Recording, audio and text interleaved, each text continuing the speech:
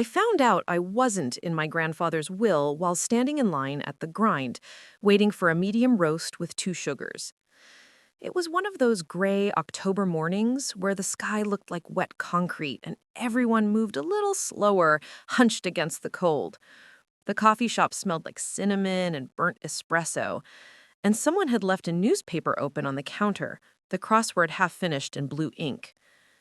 Kevin was ahead of me in line, fumbling with his wallet. He worked at Brennan Associates, the law firm that handled estate planning for half of Riverside. We'd gone to high school together, though we were never close. He had that permanent look of someone who'd rather be anywhere else, shoulders slightly raised like he was always bracing for bad news. Before we jump back in, tell us where you're tuning in from, and if this story touches you, make sure you're subscribed because tomorrow I've saved something extra special for you. He turned around, holding his coffee, nearly bumped into me, then did that awkward half smile people do when they recognize you but can't quite place your name. Dylan, I offered. Dylan Harper. We had chemistry together junior year. His face cleared. Right, Harper. Hey, man. He shifted his coffee to his other hand. Actually, I think I just processed some paperwork with your name on it. Estate stuff. Your grandfather, right? Vincent Harper? He said it casually, the way you might mention seeing someone's car at the grocery store. Sorry for your loss, by the way. Seems like he had everything in order, though. Your cousin Natalie was in yesterday, going over the details. I nodded, still not understanding. Yeah, Grandpa Vinny was thorough about everything. Kevin took a sip of his coffee, then winced at the heat.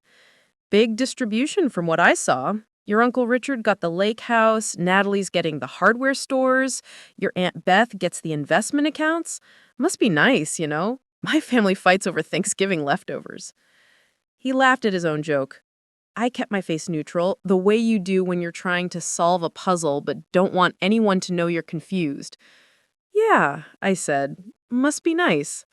He checked his phone, already losing interest in the conversation. Anyway, good seeing you. Tell your family congrats on everything.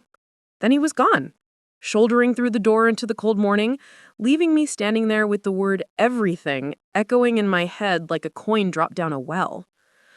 I ordered my coffee on autopilot. The barista, a college kid with pink hair and a nose ring, asked me twice if I wanted room for cream. I must have looked lost because she finally just handed me the cup and said, "Rough morning?" I walked to my car and sat behind the wheel without starting the engine. The coffee burned my tongue on the first sip, but I barely noticed. Kevin had listed everything: the lake house where we spent every summer, where Grandpa Vinny taught me to fish off the dock at dawn, the hardware stores, Harper and Sons, the 3 locations he'd built from a single shop on 5th Street, the investment accounts he'd carefully managed for 40 years, the ones he always said would take care of the family long after he was gone. He'd listed everything, and my name hadn't come up once. I sat there watching the windshield fog with my breath, trying to remember if I'd missed something. A phone call, maybe, a letter that got lost in the mail. But I'd been at the funeral 3 weeks ago. I'd stood in the front row at Riverside Methodist, right between Aunt Beth and my cousin Natalie. I'd helped carry the casket. I'd shaken hands with everyone who came through the receiving line at the lake house afterward, accepting casseroles and condolences, listening to stories about Grandpa Vinny's generosity, his humor, his legendary memory for names and faces. No one had mentioned a will. No one had mentioned distributions or paperwork or Natalie going over details at a law office. No one had mentioned me being left out of the entire thing. The rest of that day moved like I was underwater. I taught 3 classes at Riverside Middle School, watched 12-year-olds paint watercolor landscapes, reminded them that there's no wrong way to see color. I smiled when I was supposed to smile. I handed out paper towels when someone spilled paint water. I stayed an hour after the final bell helping a quiet kid named Marcus finish his project for the art show, even though my hands were shaking the entire time and I kept losing track of what I was saying mid-sentence. When I got home, I pulled out the box I kept on the top shelf of my closet. Inside were things I'd saved from Grandpa Vinny over the years. Birthday cards, mostly. He sent one every year without fail, always with a $20 bill tucked inside and a note in his precise, old-fashioned handwriting.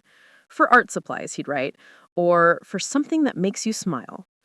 There were postcards from the trip he took to Scotland when I was 16, photographs of the two of us at the lake house, him holding up a bass I'd caught, and both of us grinning like we'd won the lottery. A ticket stub from the minor league baseball game we went to the summer before I left for college. There was a letter, too. I unfolded it carefully. He'd written it after my parents died in the car accident when I was 19. I'd moved in with him for a year. Couldn't afford the dorm anymore, couldn't focus on classes. He'd given me the guest room overlooking the garden, and never once made me feel like a burden. The letter was short, just a few lines on his monogrammed stationery. Dylan, you have your father's heart and your mother's eye for beauty. Don't let grief convince you otherwise. The world needs what you see in it. Love, Grandpa Vinny. I read it 3 times, then put everything back in the box. I tried to think of a reason he would have left me out. Maybe I'd disappointed him somehow. Maybe I'd forgotten a birthday, missed a holiday, said something thoughtless I couldn't remember. I went through years of memories like flipping through a catalog, searching for the moment I'd failed him badly enough to be erased from his plans entirely. I couldn't find it. That night, I didn't call anyone. I didn't text Aunt Beth, Uncle Richard, Natalie. I didn't post anything on social media or send a carefully worded email asking if there had been some kind of mistake. I just sat on my couch in the dark, eating cereal straight from the box, and staring at the blank television screen. At some point, my phone buzzed. A text from Marcus, my best friend from college. You good? You seemed off today. I typed back, long day, I'm fine. He responded immediately, liar, want to grab a drink? I turned my phone face down and didn't answer. I wasn't ready to say it out loud yet. Saying it out loud would make it real. And some part of me still hoped this was a misunderstanding, a clerical error, something that would resolve itself if I just waited long enough. By midnight, I still hadn't talked to anyone. Hadn't moved from the couch. The cereal box was empty. My phone had buzzed 4 more times. Messages I didn't read. Outside, the wind picked up, rattling the windows in their frames. I thought about Grandpa Vinny's house on Maple Street, the Victorian with the wraparound porch and the stained-glass window in the front door. I thought about walking through those rooms as a kid, the way everything smelled like lemon polish and old books. He used to let me explore the attic on rainy days, digging through trunks of old clothes and boxes of photographs. Once, I found a medal from his time in the Navy, tucked in a cigar box with a bundle of letters. He told me stories that day about being young and scared and far from home, and how he'd promised himself if he made it back, he'd build something that lasted. He built Harper and Sons. He built a family. He built a life that mattered to people. And somehow, Preparing and narrating this story took us a lot of time, so if you are enjoying it, subscribe to our channel. It means a lot to us. Now back to the story. ended up on the outside of all of it. I thought about calling Aunt Beth. She'd always been kind to me, in that distant, well-meaning way of people who care but don't quite know how to show it. After my parents died, she'd sent cards on holidays and called every few months to check in. But she was Uncle Richard's wife, and Uncle Richard had always made it clear he thought I was wasting my potential teaching art to middle schoolers when I could have gone to business school, could have worked at the hardware stores, could have done something practical. Natalie was worse. She'd been Grandpa Vinny's favorite since we were kids, or at least that's how it seemed. She was older than me by 5 years, confident and polished in a way I'd never managed. She went to law school, married a surgeon, lived in a house with a 3-car garage and professionally landscaped flower beds. At family gatherings, she'd ask about my job with this faint smile, like teaching was a hobby I'd grow out of eventually. Still shaping young minds? She'd say, and it always sounded like an insult dressed up as a compliment. I thought about the funeral, how she'd stood next to me during the service but hadn't said a word, how she'd organized the whole thing, chose the flowers, wrote the obituary, coordinated the reception. At the time, I'd been grateful. Grief had turned my brain to static, and I couldn't have managed those details if I'd tried. But now I wondered if that had been the point. If she'd taken over so completely that no one thought to ask what I wanted, what I needed, whether I should have been included in any of the decisions being made. I finally moved from the couch around 2 in the morning, went to the bathroom, splashed cold water on my face. In the mirror, I looked exactly like my father. Same dark hair, same narrow face, same faint scar on my left eyebrow from a childhood bike accident. People used to tell me that all the time when I was younger, and it made Grandpa Vinny smile, this sad, faraway kind of smile. "You're John's boy," he'd say, through and through. Apparently, that hadn't been enough. I went to bed, but didn't sleep. I stared at the ceiling and listened to the wind and thought about all the ways I'd been stupid. Stupid for believing I mattered. Stupid for thinking the birthday cards and the fishing trips and the year I lived in his guest room had meant something permanent. Stupid for not seeing this coming. By the time the sun came up, I'd made a decision. I wasn't going to ask for an explanation. I wasn't going to beg for scraps or try to convince anyone I deserved a place at the table. I was just going to leave. Not forever, just long enough to breathe. Long enough to stop feeling like I was disappearing. I called in sick to work, which I almost never did. Then I opened my laptop and searched for flights. Somewhere far. Somewhere I'd never been. Somewhere no one would think to look for me. Asheville, North Carolina kept coming up. Mountain town, artsy, full of hiking trails and small bookstores and coffee shops that aren't chains. I'd never been, didn't know anyone there. It was an 8-hour drive or a 2-hour flight. I booked a cabin in the Blue Ridge Mountains for 10 days, paid extra for the cancellation insurance even though I had no intention of canceling. Then I started packing. I didn't overthink it. Jeans, sweaters, my good hiking boots, a sketchbook and a box of charcoal pencils, the book I'd been meaning to read for 6 months.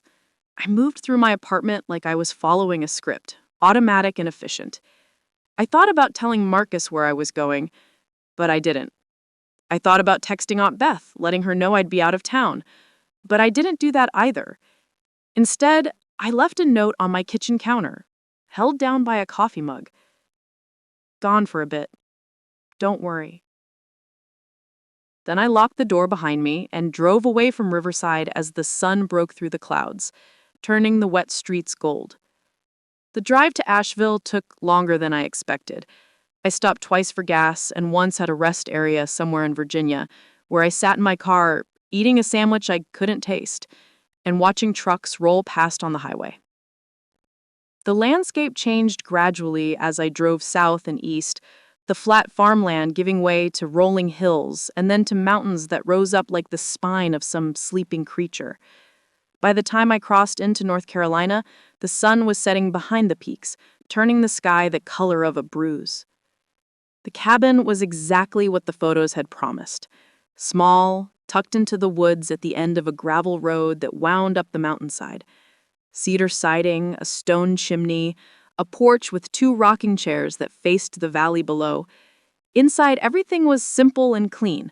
Wood floors, a kitchen with white subway tiles, a bedroom with a quilt that looked handmade. There was a fireplace in the living room and a stack of wood on the porch, already split and ready to go. I dropped my bag by the door and walked straight through to the back deck. The view stole whatever breath I had left. Mountains layered against mountains, fading into blue distance. The air smelled like pine and smoke. Somewhere far below, I could hear water running over rocks. No traffic sounds, no voices, just wind in the trees and the occasional call of a bird I couldn't name. I stood there until the last light bled out of the sky and the stars started to appear, more stars than I'd seen in years. Growing up in Riverside, you could see stars, but nothing like this. This was the kind of darkness that made you feel small in a way that was almost comforting, like your problems were too tiny to matter against all that infinite black. That first night, I built a fire, even though I didn't really need one. The cabin had heat, but I wanted the sound of it, the crackle and pop of burning wood. I sat on the couch with a blanket over my legs and tried to read, but the words wouldn't stick. My mind kept circling back to the same questions. Why hadn't anyone told me about the will? Why hadn't Aunt Beth called, or Uncle Richard, or even Natalie? Surely someone could have picked up the phone. Surely someone could have said, "Listen, there's something you Should know. But they hadn't. And the more I thought about it, the more I realized it wasn't an oversight. It was a choice. They'd decided I didn't need to know. Or worse, they'd decided I didn't deserve to know. I pulled out my phone and scrolled through my messages. There were a few from Marcus, getting progressively more concerned, one from a colleague at school, asking if I was okay, nothing from my family. I opened Instagram and posted a photo I'd taken from the deck at sunset, just the mountains fading into twilight. No caption. No location tag. I wasn't trying to make a statement.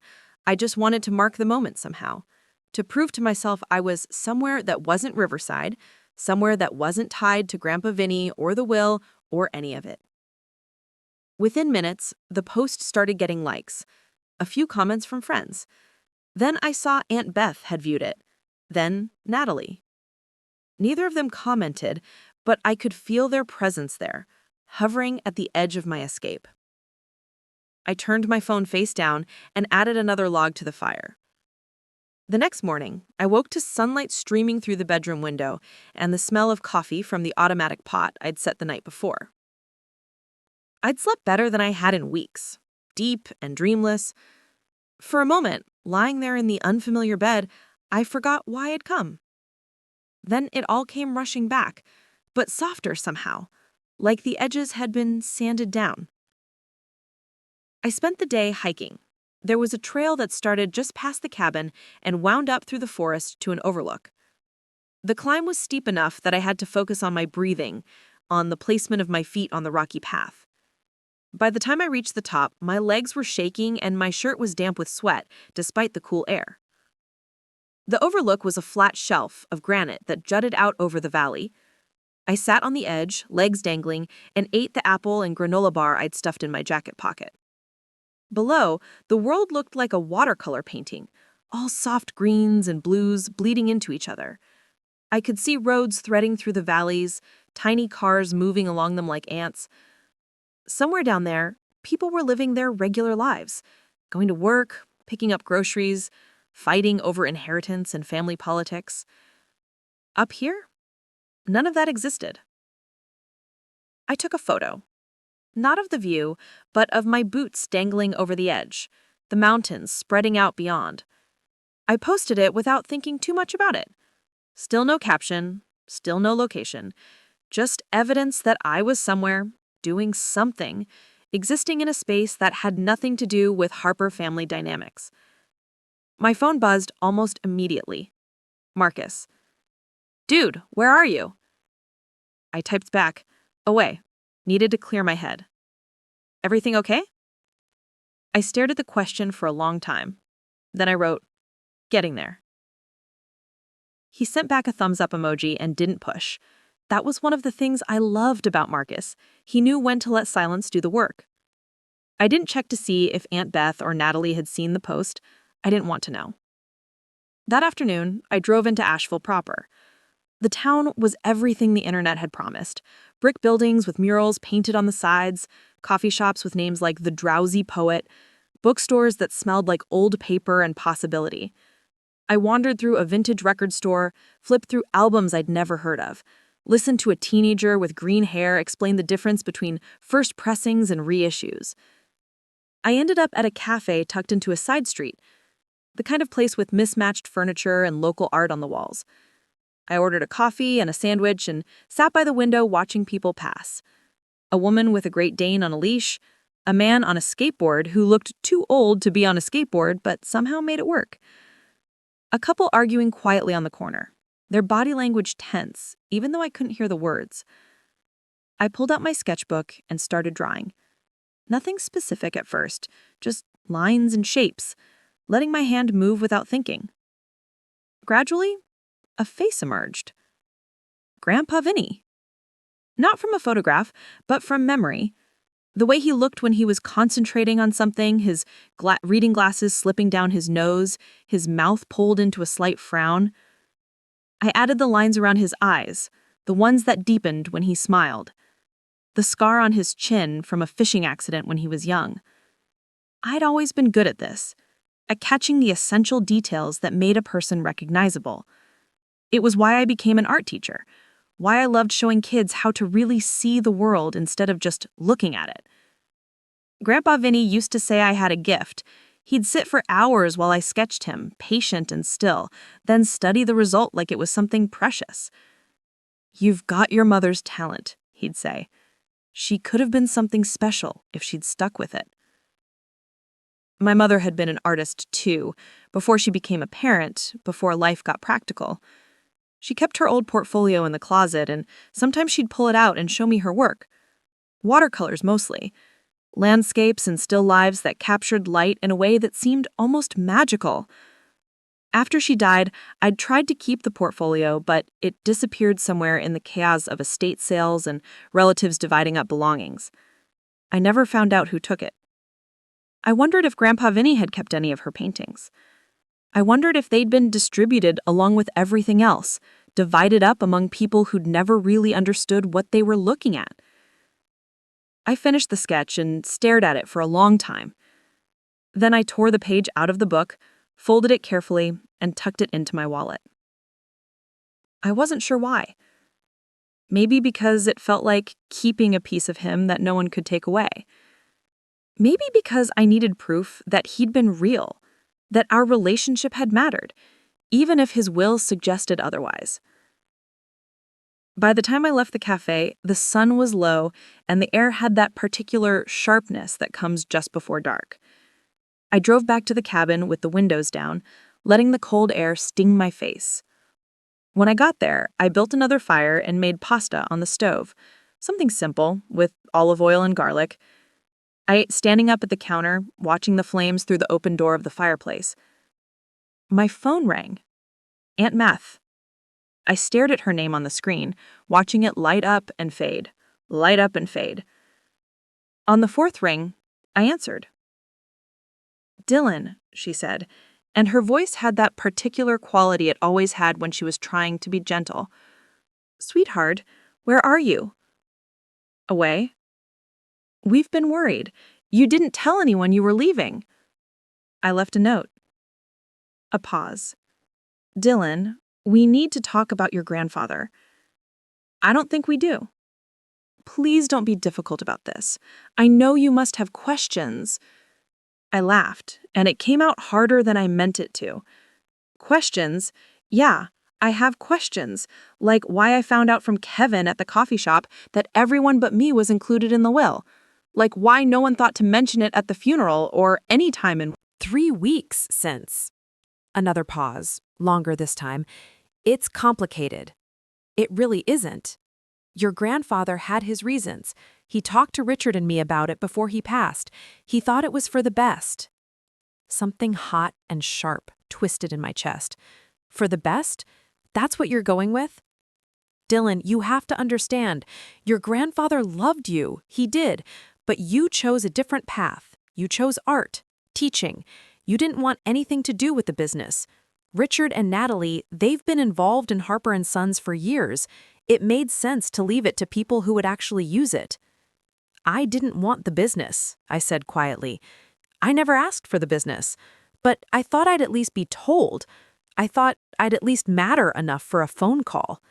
You do matter. That's not what this is about. Then what is it about? She sighed. Can you come home? Can we sit down and talk about this like adults? I am being an adult. I'm giving myself space to process the fact that my family decided I was disposable. No one thinks you're disposable. Then why does it feel that way? She didn't have an answer for that. Or if she did, she didn't share it. We sat in silence for a moment, the phone line crackling faintly between us. Where are you? She asked finally. Does it matter? Of course it matters. Your family. Funny, I said.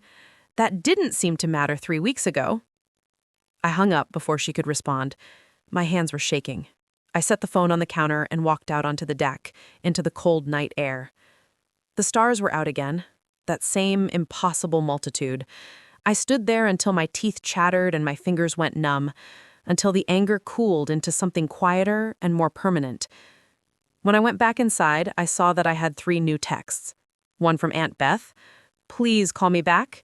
One from Uncle Richard, "We need to discuss this rationally."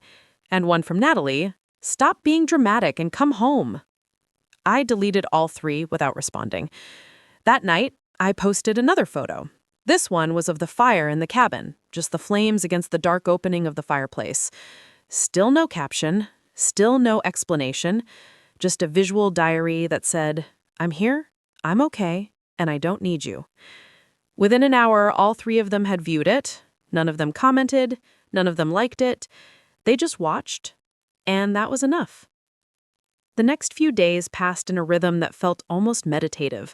I'd wake with the sun, make coffee, spend the mornings hiking or exploring the town. Afternoons, I'd sit on the deck with my sketchbook, drawing whatever caught my attention. The way light fell through the trees, the texture of bark on an old oak, the curve of the mountains against the sky. I wasn't trying to make art, exactly. I was just trying to see things clearly again. Evenings, I'd cook simple meals and read by the fire. I'd brought 3 books with me, novels I'd been meaning to get to for months. I finished the first one in 2 days, something about a woman who walked across Spain and found herself in the process. It was the kind of book that would have seemed too obvious a month ago, but now it felt exactly right. I started checking my phone less. The messages kept coming. Aunt Beth called twice more. I didn't answer. Uncle Richard left a voicemail that I deleted without listening to. Natalie sent a long text that I only skimmed, something about family obligations and Grandpa Vinny's wishes and how I was making everything harder than it needed to be. Marcus was the only one I responded to, and even then only with short updates. Still in the mountains, doing okay. Thanks for checking in. He never asked for more than I was willing to give. On the 5th day, I drove to Grove Park, a famous overlook just outside Asheville. It was a clear afternoon, cold but bright, and the view from the parking area was stunning. I walked out to the edge where someone had built a low stone wall, and I stood there looking at the layers of mountains rolling away into the distance. A woman standing nearby turned to me and smiled. "First time here?" "Yeah," I said. "It never gets old. I've lived here 20 years and I still come up here when I need to think." "Does it help?" She laughed. "Sometimes. Sometimes you just need to look at something bigger than your problems, you know?" I nodded. "Yeah, I know." She went back to taking photos and I stayed at the wall, hands in my pockets, breathing in the cold air. I thought about Grandpa Vinny, about all the times he'd taken me fishing or hiking or just driving through the Oregon countryside with no particular destination in mind. He used to say that moving through landscape helped you think better, helped you see what mattered. "The world's too big to waste time on small thinking," he'd tell me. "You gotta keep your perspective."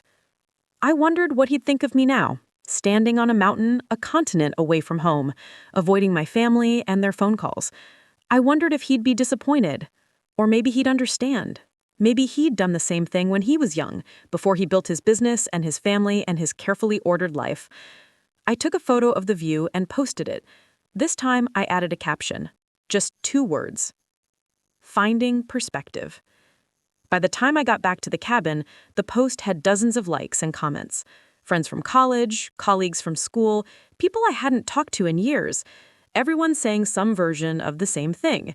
"Beautiful. Glad you're taking time for yourself. You deserve it." Aunt Beth had viewed it but hadn't commented. Same with Natalie.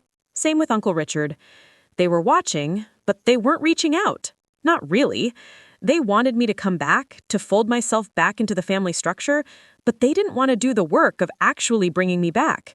They wanted me to be the one who gave in, who apologized for being hurt, who pretended everything was fine. I wasn't going to do that. Everywhere had a shelf marked escape literature. The woman at the register was around my age, maybe a little older, with gray streaked through her dark hair and glasses on a beaded chain. When I brought my selections to the counter, she looked at the titles and smiled. "Running away or running toward?" she asked. "Is there a difference?" "Always." She started scanning the books. "Running away is about what you're leaving. Running toward is about what you're looking for. Most people think they're doing one when they're really doing the other." "Which one's better?" She handed me the receipt. "The one that gets you where you need to be." I thought about that as I walked back to my car. Was I running away from the will? From the inheritance I'd never receive? From the family that had decided I didn't fit into their plans? Or was I running towards something else? Some version of myself that didn't need their validation? Maybe it was both. That evening, I called Marcus. Not because I needed anything, but because his was the only voice I wanted to hear that didn't come with expectations or disappointment attached. He picked up on the first ring. "The Wanderer returns." Sort of. Sort of, I agreed. "Where are you really? Because those mountain photos are either North Carolina or you've gotten really good at Photoshop." "North Carolina. Asheville." "Fancy! What's in Asheville?" "Nothing. That's kind of the point." He was quiet for a moment, and I could hear him moving around, probably cleaning his apartment or cooking dinner. Marcus was always doing two things at once. "You want to talk about it?" "Not really. Maybe. I don't know." That's 3 different answers. "I contain multitudes." He laughed. "Whitman, nice. So something happened. Something bad enough that you drove 8 hours without telling anyone." "I found out I'm not in my grandfather's will." The noise on his end stopped. "What?" "Yeah, Lake House goes to Uncle Richard. Hardware stores go to Natalie. Investment accounts go to Aunt Beth. Me, I get nothing. Not even a mention." "Dylan, that's..." He trailed off. "How did you find out?" I told him about Kevin at the coffee shop, about the casual way he'd listed everything, about standing there trying to keep my face neutral while my entire understanding of my place in the family rearranged itself. "And nobody told you? Before the funeral? After the funeral? Nothing." "Nothing." That's unbelievably messed up. "Yeah." "Have they tried to explain?" "Aunt Beth called. Gave me some line about how Grandpa Vinny thought it was for the best, how I chose a different path, how Richard and Natalie are more involved in the business." I picked at the label on my water bottle. "Like that makes it okay. Like choosing to be a teacher instead of working at a hardware store means I don't deserve to be part of the family anymore?" Marcus swore under his breath. "What are you going to do?" "I don't know. Right now I'm just trying to breathe. Trying to figure out if I'm hurt or angry or just tired of pretending any of this is normal." "All 3. You're definitely all 3. "Probably." "For what it's worth," he said after a pause, "your grandfather was wrong. If that's really why he did it. You're worth more than a hardware store or a lake house or whatever else he left behind. You know that, right?" I felt something tighten in my throat. "I'm working on knowing it."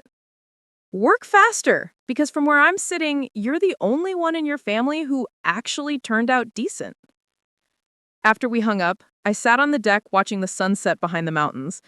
The sky went through its whole spectrum, gold to orange to pink to purple, each color lasting just long enough for me to think it was the most beautiful one before it shifted into something else. I posted a photo of the sunset. This time, I added a longer caption. "Turns out you can drive 8 hours and still carry everything with you. But at least the view's better."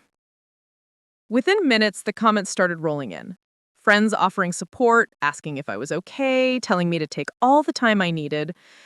I scrolled through them, feeling both grateful and exhausted by the attention. Then I saw that Natalie had commented. Just 3 words. "So melodramatic, Dylan."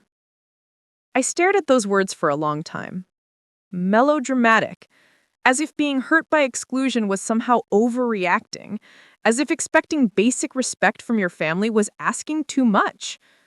I didn't respond. I just deleted her comment and blocked her. Then I blocked Uncle Richard and Aunt Beth too. Not forever, just for now. Just until I could figure out how to exist in the same digital space as them without feeling like I was disappearing. The next morning, I woke up to 17 missed calls, all from Riverside, all from numbers I recognized. Friends' family, distant cousins, people who'd been at the funeral. I listened to one voicemail from my second cousin, Patricia. Dylan, honey, I just heard about the will situation. I had no idea. That's just terrible. If you need anything at all, you call me, okay? Don't let them make you feel like you don't matter. You matter. Your grandfather loved you. I know he did. I deleted the rest without listening. Their sympathy felt worse than the exclusion somehow, like proof that everyone had known and no one had said anything until it became unavoidable. I spent that morning hiking a different trail, one that followed a stream up through a narrow gorge.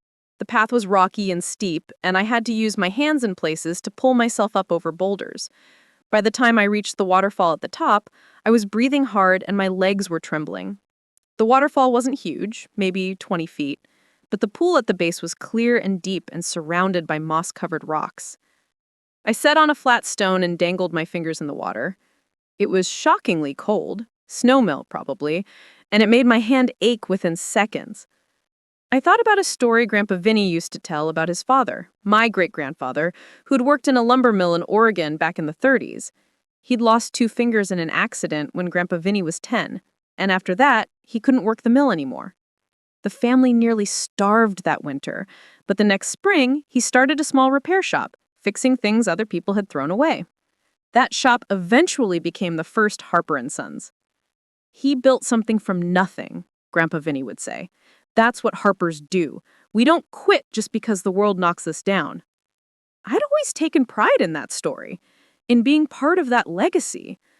But now I wondered if legacy was just another word for obligation, for expectations you never asked for but were expected to carry anyway. My phone buzzed. A text from a number I didn't recognize.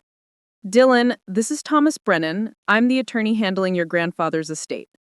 I need to speak with you about some matters related to the will. Please call me at your earliest convenience. I stared at the message. What could he possibly need to tell me? That I'd been left out even more thoroughly than I thought? That there was some final insult I hadn't discovered yet?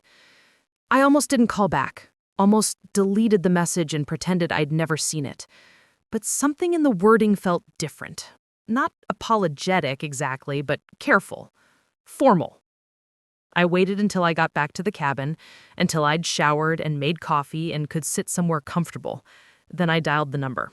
He picked up on the second ring. Dylan, thank you for calling me back.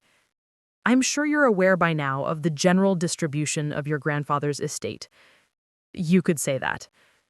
I imagine you have questions. Not really. Seems pretty clear. He paused. May I ask where you are currently? Are you still in Riverside? No, I'm out of town. I see. This conversation would be better in person, but given the circumstances, I'll share what I can over the phone. Your grandfather left specific instructions regarding you. My stomach dropped. What kind of instructions? He indicated that you were not to be informed of the primary distribution. That was his explicit wish. However, he also left you something separate from the main estate, something he wanted you to have only after the will had been read and settled. I don't understand. There's a safe in his house, in his study. Your grandfather left instructions that you and only you are to open it. He left the combination with me, sealed in an envelope. He said you'd know what it meant. I felt dizzy suddenly. A safe? What's in it? I don't know. He never told me. He just said it was important and that you needed to understand something before you received it. He cleared his throat. The combination is your birthday, March 15th, 0315. My birthday? Yes, he was very specific about that. Why didn't you tell me this sooner? Why wait until now? Those were his instructions. The will had to be read first, distributed. He wanted you to know about everything else before you opened the safe. He said you needed context. Context. I almost laughed. Context for what? For feeling excluded and forgotten? For learning that my place in the family was negotiable? Mr. Brennan, I'm not in Riverside right now, and I'm not sure when I'll be back. I understand. But Dylan, your grandfather was very clear that this was important. Whatever is in that safe, he wanted you to have it. He wanted you to understand something. Understand what? I don't know. He never told me. He just said that when you opened it, everything would make sense. After I hung up, I sat very still for a long time. Outside, clouds were moving in, darkening the valley. The temperature was dropping.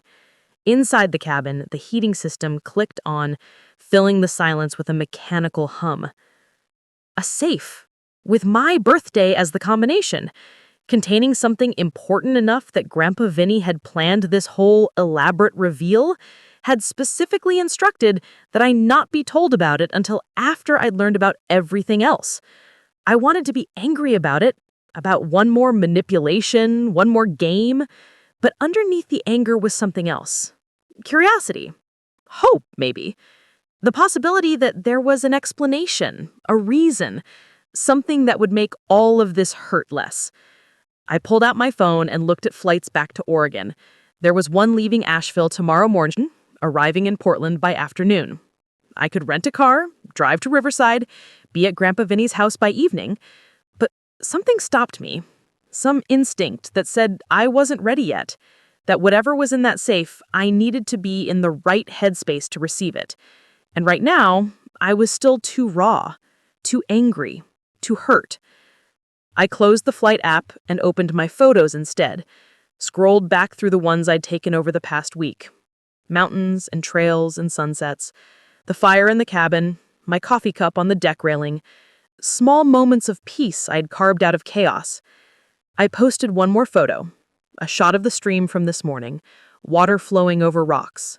No caption this time, just the image. Let them wonder. Let them watch. Let them see that I was still here, still breathing, still moving forward, even if I didn't know exactly where I was going. That night, I dreamed about Grandpa Vinny's study, the room I'd spent so many hours in as a kid, reading in the leather chair by the window while he worked at his desk. The built-in bookshelves, the smell of pipe tobacco, the old globe that sat on the corner of the desk with countries that didn't exist anymore. In the dream, I was looking for something. Opening drawers, moving books, searching. Grandpa Vinny was there too, sitting in his chair, watching me with that slight smile he always had when I was trying to figure something out. "You're looking in the wrong place," he said. "Where should I look?" "Where you've always looked. Right in front of you." I felt dizzy suddenly. A safe. What's in it? I don't know. He never told me. He just said that when you opened it, everything would make sense. After I hung up, I sat very still for a long time. Outside, clouds were moving in, darkening the valley. The temperature was dropping. Inside the cabin, the heating system clicked on, filling the silence with a mechanical hum. A safe, with my birthday as the combination, containing something important enough that Grandpa Vinny had planned this whole elaborate reveal, had specifically instructed that I not be told about it until after I'd learned about everything else. I wanted to be angry about it, about one more manipulation, one more game, but underneath the anger was something else. Curiosity. Hope, maybe. The possibility that there was an explanation, a reason, something that would make all of this hurt less. I pulled out my phone and looked at flights back to Oregon. There was one leaving Asheville tomorrow morning, arriving in Portland by afternoon. I could rent a car, drive to Riverside, be at Grandpa Vinny's house by evening, but something stopped me. Some instinct that said I wasn't ready yet, that whatever was in that safe, I needed to be in the right headspace to receive it. And right now, I was still too raw, too angry, too hurt. I closed the flight app and opened my photos instead, scrolled back through the ones I'd taken over the past week. Mountains and trails and sunsets. The fire in the cabin, my coffee cup on the deck railing. Small moments of peace I'd carved out of chaos. I posted one more photo, a shot of the stream from this morning, water flowing over rocks. No caption this time, just the image. Let them wonder. Let them watch.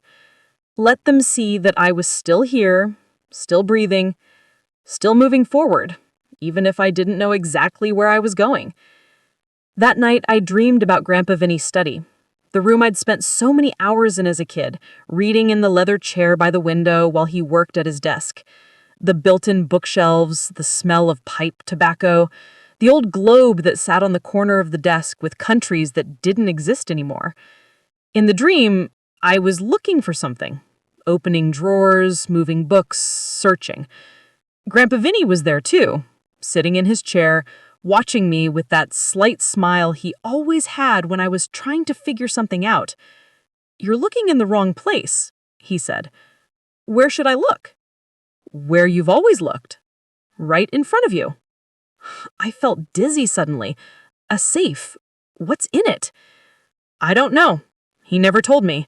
He just said that when you opened it, everything would make sense." After I hung up, I sat very still for a long time. Outside, clouds were moving in, darkening the valley. The temperature was dropping. Inside the cabin, the heating system clicked on, filling the silence with a mechanical hum. A safe, with my birthday as the combination, containing something important enough that Grandpa Vinny had planned this whole elaborate reveal, had specifically instructed that I not be told about it until after I'd learned about everything else. I wanted to be angry about it, about one more manipulation, one more game, but underneath the anger was something else. Curiosity. Hope, maybe. The possibility that there was an explanation, a reason, something that would make all of this hurt less. I pulled out my phone and looked at flights back to Oregon. There was one leaving Asheville tomorrow morning, arriving in Portland by afternoon. I could rent a car, drive to Riverside, be at Grandpa Vinny's house by evening, but something stopped me. Some instinct that said I wasn't ready yet, that whatever was in that safe, I needed to be in the right headspace to receive it. And right now, I was still too raw, too angry, too hurt. I closed the flight app and opened my photos instead, scrolled back through the ones I'd taken over the past week. Mountains and trails and sunsets, the fire in the cabin, my coffee cup on the deck railing, small moments of peace I'd carved out of chaos. I posted a photo of the stream from this morning, water flowing over rocks. No caption this time, just the image. Let them wonder. Let them watch. Let them see that I was still here, still breathing, still moving forward, even if I didn't know exactly where I was going. That night, I dreamed about Grandpa Vinny's study, the room I'd spent so many hours in as a kid, reading in the leather chair by the window while he worked at his desk. The built-in bookshelves, the smell of pipe tobacco, the old globe that sat on the corner of the desk with countries that didn't exist anymore. In the dream, I was looking for something, opening drawers, moving books, searching. Grandpa Vinny was there too, sitting in his chair, watching me with that slight smile he always had when I was trying to figure something out. "You're looking in the wrong place," he said. "Where should I look?" Looked peaceful and organized, like someone had laid it all out with careful intention. I rented a car at the Portland airport and drove south toward Riverside. The highway was familiar in a way that made my chest ache. Every exit sign felt like a marker of my old life, the one where I'd belonged somewhere, where I'd had a place in the world that made sense. I passed the exit for the state park where we used to camp every summer, the billboard for the diner that served the best pie in 3 counties, the turnoff for the hardware store, the original Harper and Sons, the one Grandpa Vinny had built with his own hands back in the 70s. I didn't stop at any of them. I drove straight through, windows down despite the cold, letting the wind numb my face. Riverside looked exactly the same.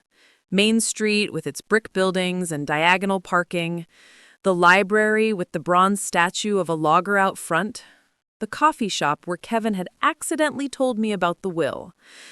I drove past all of it, heading for the neighborhood where I'd grown up, where Grandpa Vinny's house still stood on the corner of Maple and 8th. The Victorian looked smaller than I remembered.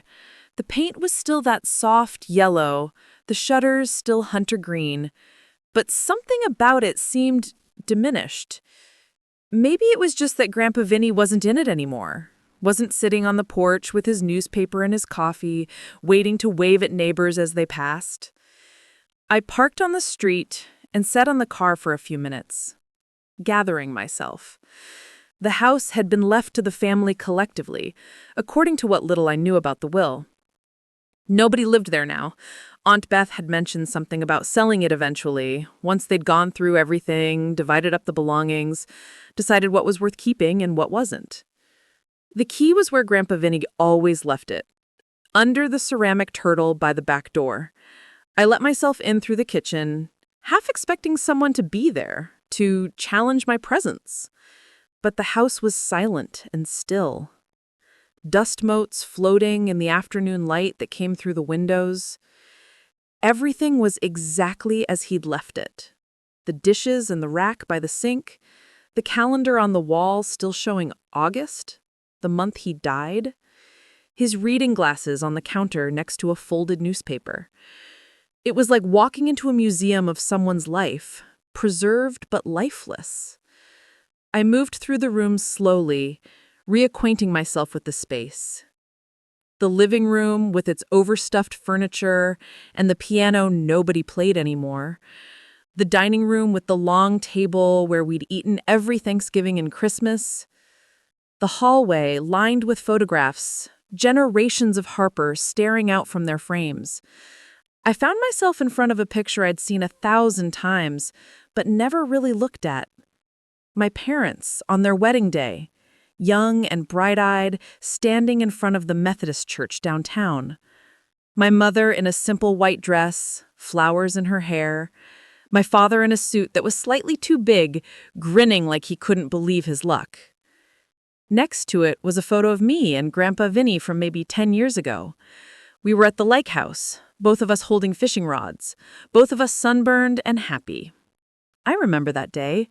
We'd caught 6 bass and thrown them all back because neither of us actually liked cleaning fish. We'd spent the afternoon on the dock talking about everything and nothing.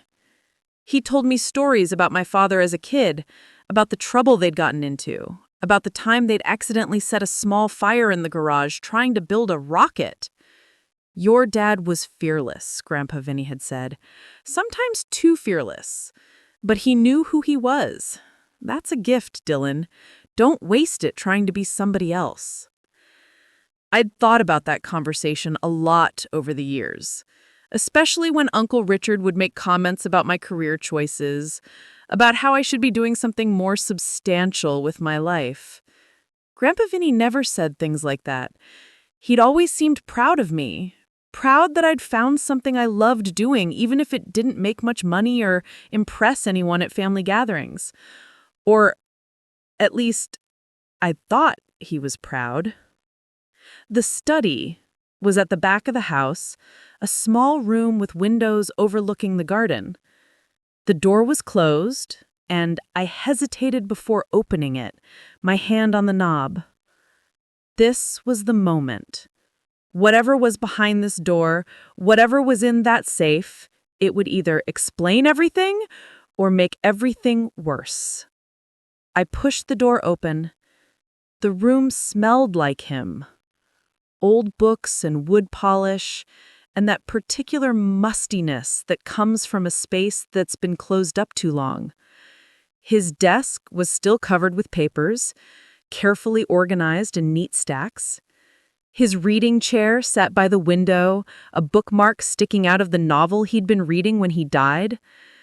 The built-in shelves were packed with books, 3 deep in places, covering every subject from naval history to gardening to philosophy.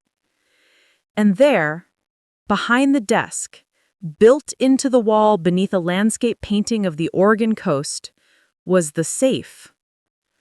It was smaller than I had imagined, maybe 2 feet square with a simple combination lock. I knelt in front of it, my hands shaking slightly. The combination dial was old-fashioned, the kind you had to turn carefully, listening for clicks. I took a breath and started entering the numbers. 0, 3, 1, 5. My birthday, March 15th. The lock clicked. The handle turned. Inside the safe were 3 things. A letter, in an envelope with my name written in Grandpa Vinny's handwriting, a small leather journal, and a key, brass and old-looking, attached to a paper tag that read, First National Bank, Box 247. I sat back on my heels, staring at the contents. A letter, a journal, a bank key. This was what he wanted me to find. This was the thing that was supposed to make everything make sense. I pulled out the letter first. The envelope wasn't sealed, just tucked closed. Inside were several pages of his careful script, dated 2 months before he died. Dear Dylan, if you're reading this, then you know about the will. You know that I left the business to Natalie, the lake house to Richard, the investments to Beth, and you know that I left you nothing in the official distribution. I imagine you're hurt. I imagine you're angry. I imagine you think I didn't love you or that I valued you less than the others. Let me be clear. None of that is true. I had to stop reading for a moment, the words blurring. I wiped my eyes and continued. The truth is, Dylan, you're the only one I trust with what really matters. Richard is a good man, but he's always been too concerned with appearances, with what other people think. Beth means well, but she's never made a decision without consulting 5 other people first. And Natalie, well... Beginning. Even as a kid, you saw things other people missed. You cared about things that didn't have dollar signs attached. When your parents died, I watched you grieve, and I watched you come back from it. And I saw someone with depth and courage that the rest of the family doesn't have. You chose to teach art to middle schoolers. Do you know how rare that is? To choose something meaningful over something profitable? To know who you are and live it out, despite everyone telling you to be something else? I left you out of the will because I wanted them to have what they think they want. The business, the property, the money. Let them fight over it. Let them manage it. Let them spend years dealing with lawyers and taxes and family politics. That's what they value. That's what makes them feel important. But you, Dylan, you get something different. You get what I actually built. Not the hardware stores or the real estate. You get the real inheritance. My hands were shaking so badly I could barely hold the paper. I set it down on the floor, took a breath, picked it up again. The journal in this safe contains the account numbers and details for investments I made over the past 40 years. Investments I never told anyone about. Stocks, bonds, properties in 3 different states, holdings in companies that have grown considerably since I bought into them. I've been careful, strategic, patient. The official estate, the one everyone's fighting over, is worth maybe $12 million split 4 ways. The unofficial estate, the one I'm leaving to you, is worth $78 million. Maybe more now, depending on the market. I stopped breathing, read the number again. $78 million? I know this seems insane. It is insane. But here's what you need to understand. Money isn't the point. Money is just a tool. What matters is what you do with it. Richard will use his inheritance to feel important. Natalie will use hers to build her empire. Beth will use hers to feel secure. They'll be comfortable, and that's fine. They deserve comfort. But you, Dylan, you have the chance to do something that actually matters. The journal contains not just the account details, but instructions, ideas I've had over the years about what could be done with real resources. arts programs for schools that can't afford them, scholarships for kids who want to study creative fields but whose families think it's impractical, grants for teachers who are trying to make a difference but are working with nothing, community spaces, public installations, programs that pay artists a living wage to create work that isn't for sale, that just exists to make the world more beautiful. I couldn't do these things myself. I was too old, too tired, too set in my ways. But you can. You have the vision, the energy, the understanding of what matters. You know what it's like to be told your passion doesn't count, that your contribution isn't valuable because it can't be measured in quarterly profits. You can make sure other people don't have to hear that. You can build something that lasts longer than hardware stores or lake houses or stock portfolios. The key in the safe is for a safety deposit box at First National. Inside are all the legal documents you'll need: deeds, account statements, everything organized and ready. I've set it up so that the transfer is clean and simple. No one else knows about it. No one else can contest it. It's yours, free and clear. I'm sorry I couldn't tell you about this while I was alive. I'm sorry you had to feel excluded, forgotten, but I needed you to understand what the rest of them value. I needed you to see that their version of inheritance, their version of family legacy is small and temporary. What I'm giving you is the chance to build something permanent, something that reflects who you actually are. Don't tell them about this if you don't want to. You don't owe them an explanation. You don't owe them anything. This is your choice, your future, your legacy to build. I only ask one thing, that you do something meaningful with it, something your parents would be proud of, something that makes the world a little more beautiful, a little more kind. I love you, Dylan. I always have.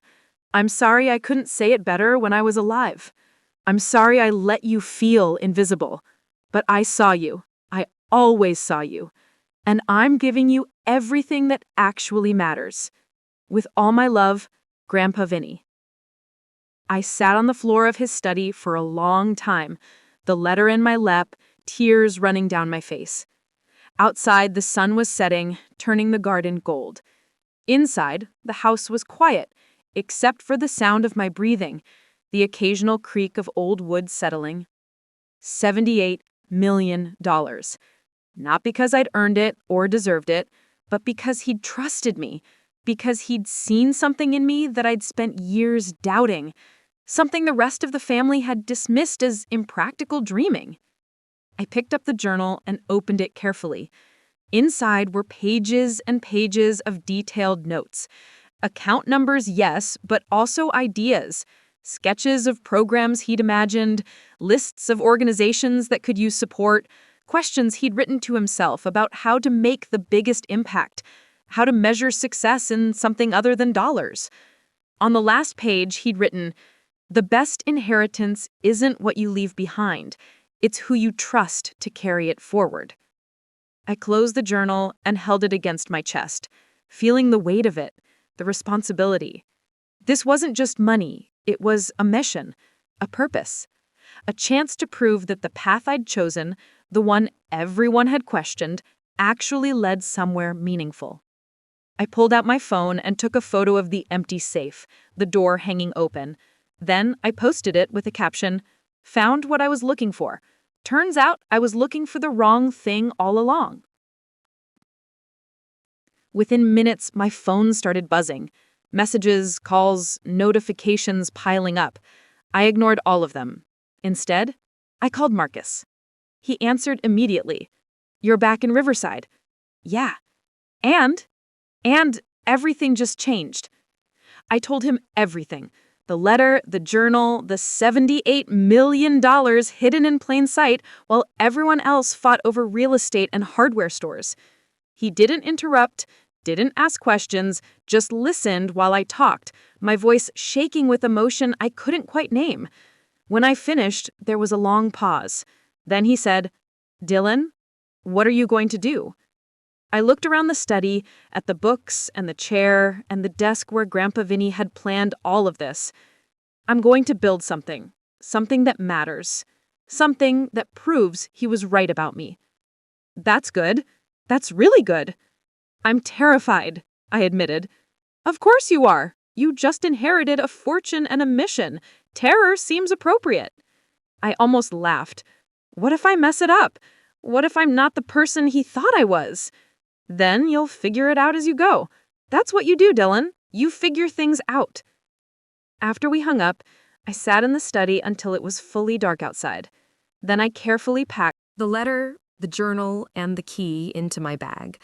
I walked through the house one more time, saying goodbye to the rooms, the memories, the version of myself that had lived here thinking I knew what family meant. On my way out, I stopped at the photo in the hallway, the one of me and Grandpa Vinny at the lake house. I touched the glass gently. "Thank you," I whispered. "I won't let you down." My phone rang as I was locking the back door. Aunt Beth.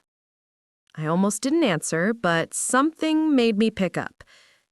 "Dylan," she said, and her voice was tight. "People are saying you were at the house. What were you doing there?" "Just visiting, saying goodbye." "You can't just go through his things without telling anyone.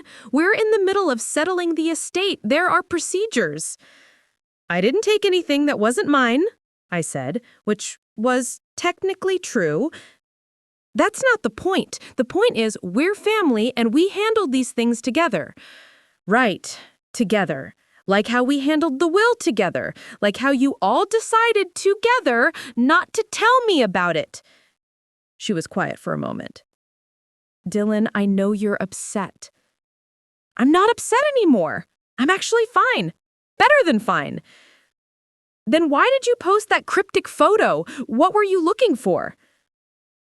"Clarity," I said, and I found it. "What does that mean?" "It means I understand now. I understand what he wanted, what he valued, who he trusted. And I understand my place in all of this." "Your place is with your family." "Maybe, but not the way you think." I hung up before she could respond. Then I got in my car and drove to the First National Bank, even though it was closed. I sat in the parking lot, looking at the old brick building, thinking about what was inside that safety deposit box. Documents, account statements, the physical proof that Grandpa Vinny had seen me, had believed in me, had given me something infinitely more valuable than property or businesses. He'd given me purpose. The next morning, I was at the bank when it opened. The woman who helped me with the safety deposit box was professional and efficient, asking no questions about why a middle school art teacher was accessing a box that had been sealed for 3 months. She left me alone in the small viewing room, and I opened the metal box with hands that only shook a little. Inside was exactly what Grandpa Vinny had promised. Folders, organized by type. Real estate holdings in Colorado, Arizona, and Washington. Stock certificates. Bond documents. Account statements showing balances that made my head spin. Legal papers establishing trusts, creating structures for charitable giving, setting up foundations that existed only on paper but could be activated with a signature. There was also a smaller envelope, separate from everything else. Inside was a check, already made out to me, for $200,000. A note was paperclipped to it. "For immediate needs, so you can quit your job if you want to, so you can take time to think, so you never have to make decisions based on fear or scarcity. The rest requires planning. This is yours now." I stared at the check for a long time. $200,000 just sitting there like it was nothing. Enough to pay off my student loans, buy a house, live for years without working. Enough to do anything, be anything, go anywhere. Enough to be free.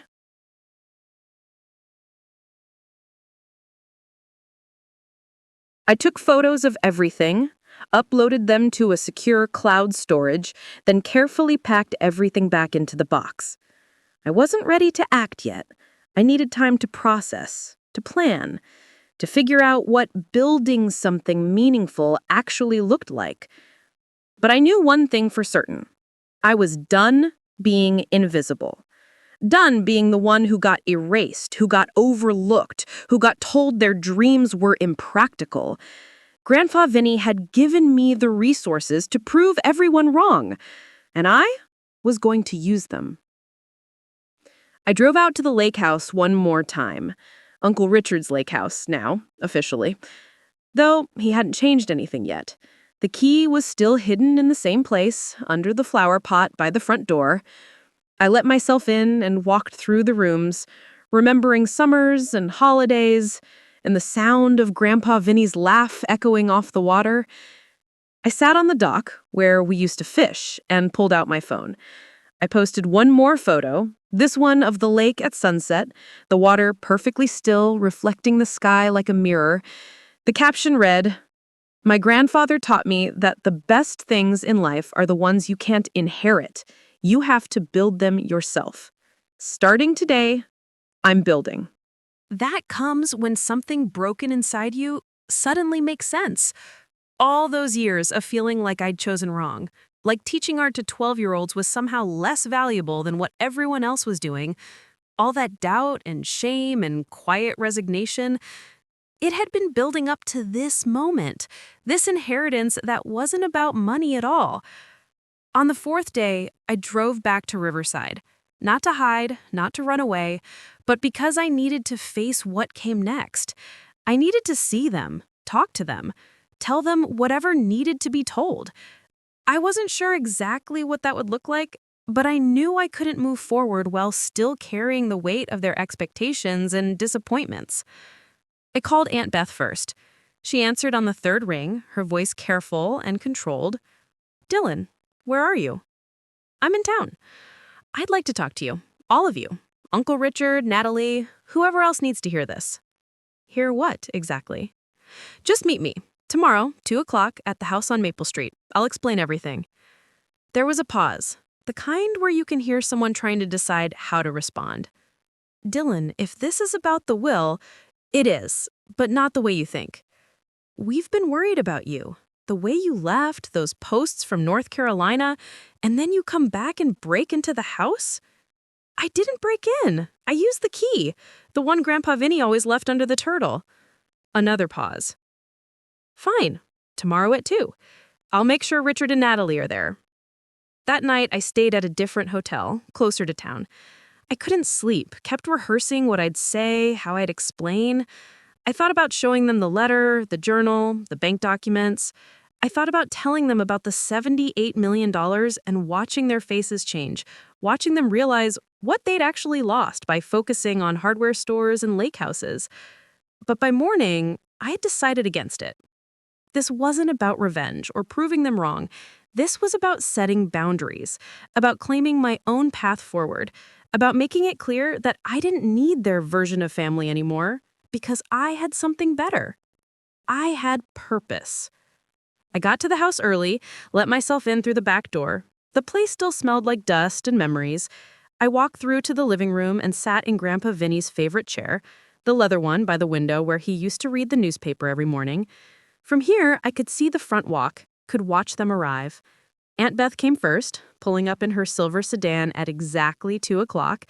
She was nothing if not punctual. Uncle Richard arrived 3 minutes later, parking behind her, already looking annoyed about something. Natalie was last, driving up in her expensive SUV, checking her phone as she walked to the door. I met them in the entryway. Aunt Beth hugged me immediately, that tight, concerned hug that felt more like restraint than affection. Uncle Richard shook my hand with his usual firm grip, his usual measuring look. Natalie just nodded, arms crossed. "Thanks for coming." "Of course we came," Aunt Beth said. "Your family. We were worried sick." "Were you, though?" She blinked. "What kind of question is that?" "An honest one." Uncle Richard cleared his throat. "Dylan, what's this about? Beth said you had something to tell us about the will." I gestured to the living room. "Let's sit." We arranged ourselves like we were about to have a formal meeting.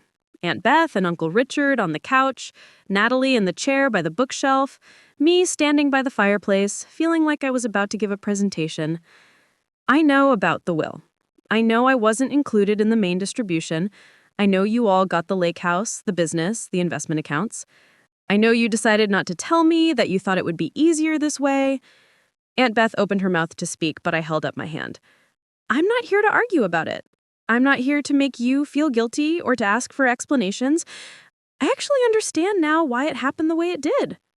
Natalie's eyebrow went up. You do? Yeah. Grandpa Vinny wanted you to have what you value. The tangible things. The things you can manage and control and point to as proof of success. That's what makes you happy. What makes you feel secure. So he gave you that. Uncle Richard frowned. And what does that mean for you? It means I got something different. What could you have possibly gotten? Natalie said. And there was that edge in her voice, that familiar condescension. You weren't even in the will. I got clarity. I got to understand exactly where I stand, what matters to me, who I actually want to be. You can't put a price on that. Aunt Beth leaned forward.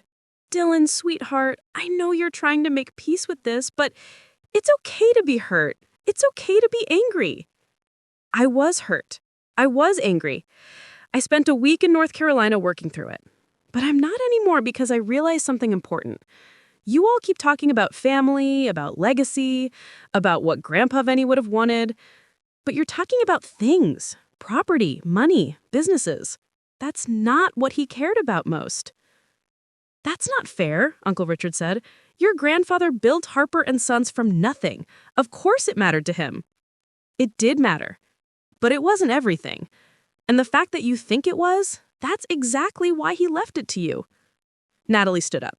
Okay, I've heard enough of this philosophical garbage. You're upset because you got left out, and now you're trying to turn it into some kind of moral superiority thing. It's pathetic. Is it? You got 3 hardware stores that are probably worth $4 million combined if you're lucky. You got responsibility and overhead and employees and constant maintenance. You got exactly what you always wanted. Something to manage, something to control, something to prove you're important. Her face flushed. And you got nothing.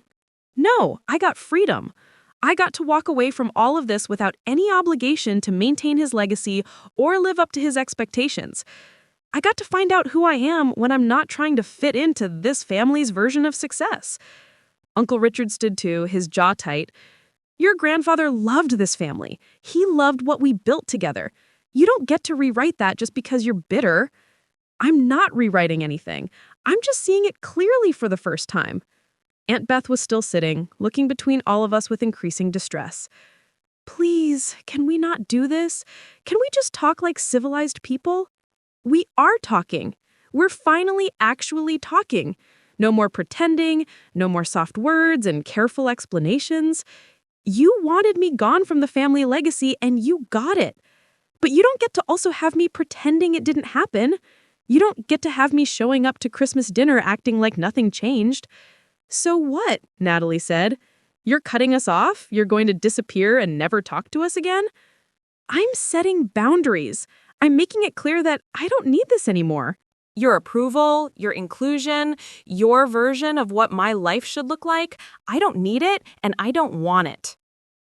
The room went quiet. Aunt Beth had tears in her eyes. Uncle Richard looked like he'd been slapped. Natalie was staring at me with something between anger and disbelief. Finally, Aunt Beth spoke, her voice small. He did love you, Dylan. Your grandfather. Whatever else happened, he loved you. Him. And I know you didn't either. But he wasn't cruel. Whatever he did with that will, with leaving you out, it wasn't because he didn't care about you. I know. Do you? Yeah, I think I understand it better than you do, actually. He made a sound that might have been a laugh or might have been frustration. Maybe you do. You were always more like him than the rest of us. Stubborn, idealistic, willing to sacrifice practical things for principle. Is that a compliment? It's an observation. We sat in silence for a moment. Then he said, I know you think we don't value what you do, the teaching, the art, but that's not true.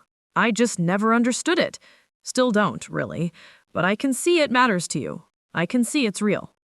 Thanks, Uncle Richard. Don't thank me. Just don't disappear completely, okay? You're still family. even if you don't want to be. I don't want to not be, I just need it to look different than it did. Fair enough. After we hung up, I sat there feeling something shift in my chest. Not forgiveness exactly, not reconciliation, just a softening. A recognition that people could be limited and still be trying, could fail at love and still be attempting it. The flight to Asheville was smooth. I slept most of the way, exhausted from days of emotional upheaval. When we landed, I rented a car and drove straight to the cabin, the same one I'd stayed in before. The owner had been happy to rent it to me for a month, had even given me a discount for the extended stay. The mountains welcomed me back like old friends. The cabin smelled like pine and wood smoke, exactly as I remembered. I unpacked my bag, made coffee, and stood on the deck looking out at the valley below. This was where it would begin, where I'd turn Grandpa Minnie's journal into reality, where I'd build the foundation that would carry his vision forward, where I'd prove that inheritance wasn't about money or property or businesses. It was about trust, about being seen, about being given the tools to become who you were meant to be. I pulled out my phone and called Thomas Brennan. "Dylan," he said warmly, "I'm glad you called. I'm ready to start. I want to establish the foundation, get everything in motion. I want to make this real." "Excellent. I can have the paperwork ready within the week. Have you thought about a name?" I looked out at the mountains, at the layers of blue fading into distance. I thought about my parents, about Grandpa Vinny, about everyone who'd seen something in me before I could see it myself. "The Harper Creative Trust," I said, "for arts education, artist support, and making beauty possible." "Perfect. I'll get started immediately." After we hung up, I sat on the deck with my coffee and watched the sun move across the sky. Somewhere in Riverside, Natalie was probably at one of the hardware stores managing inventory and employees. Uncle Richard was probably at the lake house figuring out what repairs needed to be done. Aunt Beth was probably at home worrying about all of us. They had what they wanted, and now so did I. I opened my laptop and started writing. Not a business plan, not yet. Just a letter. To teachers who felt undervalued. To students who'd been told their creativity didn't matter. To artists struggling to make work while working 3 jobs. To everyone who'd ever been told to be practical instead of passionate. "This is for you," I wrote. "This is for everyone who chose beauty over profit, meaning over efficiency, truth over convenience. You're not impractical. You're not foolish. You're not wasting your potential. You're building something that lasts longer than quarterly earnings or real estate portfolios. You're building culture. You're building humanity. You're building what actually matters." I inherited money, but more importantly, I inherited a mission. To make sure you have what you need, to remove the barriers between you and your work, to prove that society needs what you create, even if it can't always put a price tag on it. This foundation exists because one man understood that legacy isn't about what you accumulate, it's about what you make possible for others. It exists because he trusted me to steward it wisely, and I'm trusting you to use it well.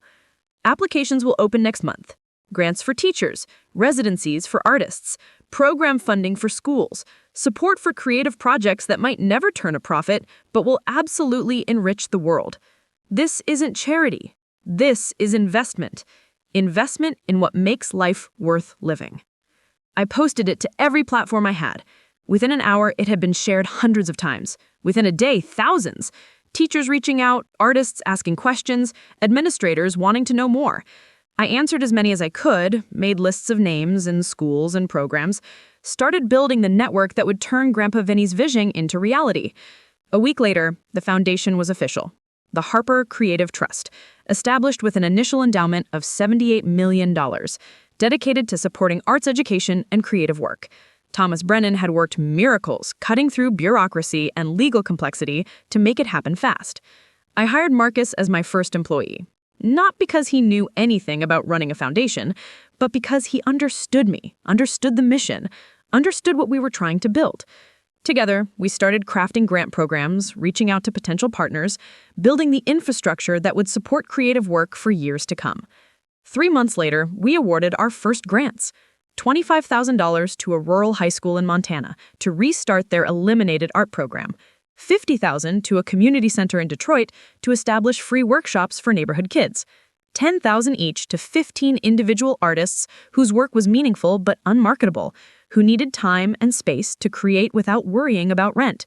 I visited every recipient, flew to Montana, drove to Detroit, met each artist in their studios or homes or wherever they worked. I wanted to see the impact firsthand, wanted to make sure the money was serving its purpose, wanted to honor Grandpa Vinny's vision by being present for what it made possible. In Montana, I watched 7th graders paint murals on the school walls, their faces bright with concentration.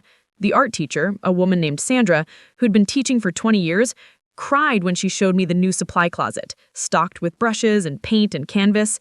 She said, "You don't understand. For 5 years, I've been buying supplies out of my own pocket.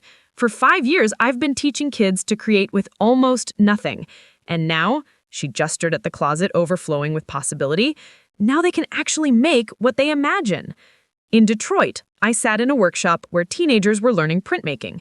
They were making posters about their neighborhood, about their lives, about what they wanted the world to know. One kid, maybe 15, showed me his design, a map of the city with flowers Growing through the streets.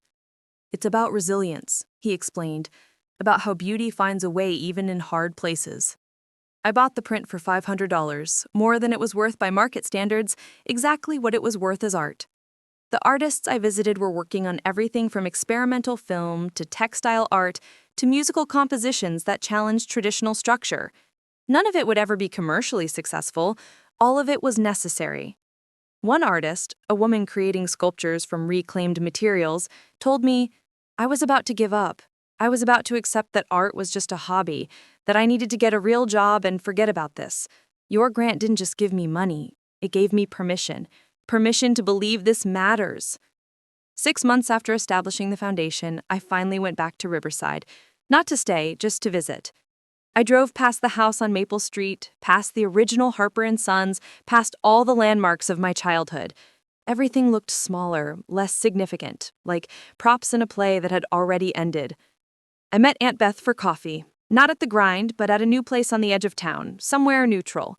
She hugged me when I arrived, held on a little too long. "You look good," she said. "Different, settled. I feel it. I've been following the foundation. What you're doing, it's remarkable. Your grandfather would be so proud. I think he already was. That's why he made it possible." She stirred her coffee, not meeting my eyes. "I owe you an apology. Several, probably. For not telling you about the will. For not standing up for you. For assuming you'd just accept being left out. You were protecting your family. I get it. You are family. I know, but I needed to not be, for a while. I needed to figure out who I was outside of all that." "And did you?" I smiled. "Yeah, I did." We talked for an hour, carefully at first, then easier. She told me about the hardware stores, about Natalie's plans to expand, about Uncle Richard selling the lake house because maintaining it was too much work, about small family dramas I no longer felt connected to. I told her about the foundation, about the grants, about the artists and teachers and students whose lives were changing because Grandpa Vinny had trusted me with his real legacy.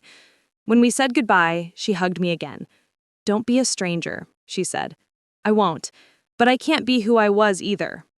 I wouldn't want you to be." I drove back through town one more time, past Grandpa Vinny's house. There was a sold sign in the yard. Someone else would live there now, fill those rooms with their own memories, their own stories. The Harper era was ending, at least in terms of property and presence. But in terms of impact, in terms of what actually mattered, it was just beginning. I posted one final photo from Riverside, the view from the park, the duck pond where I'd sat making my first plans. The caption read, "Legacy isn't what you inherit, it's what you do with what you're given. Grateful for the journey, excited for what comes next." The responses were immediate and overwhelming. Students thanking me, teachers sharing stories, artists posting their work, people I'd never met saying the foundation had changed their lives, had made their dreams possible, had proven that someone out there believed creative work mattered. I read every comment, saved every message. This was the inheritance that counted, not money or property, but connection, impact. The knowledge that Grandpa Vinny's trust in me had multiplied into trust in thousands of others. I drove back to Asheville as the sun set, the mountains turning purple in the fading light. The cabin was waiting, and tomorrow there would be more grant applications to review, more artists to support, more work to do. But tonight I just sat on the deck with a glass of wine and looked at the stars. The same stars that hung over Riverside, over the lake house, over every place I'd ever been. But somehow they looked different now. Brighter, more permanent. Like they'd been there all along, just waiting for me to have the freedom to see them. 2 years had passed since I opened that safe in Grandpa Vinny's study, and the Harper Creative Trust had become something beyond what we could have imagined. We'd distributed over $12 million in grants, supported 300 artists, funded arts programs in 47 schools across 12 states. Marcus and I had built a team of 6, all people who understood that measuring success in spreadsheets missed the entire point.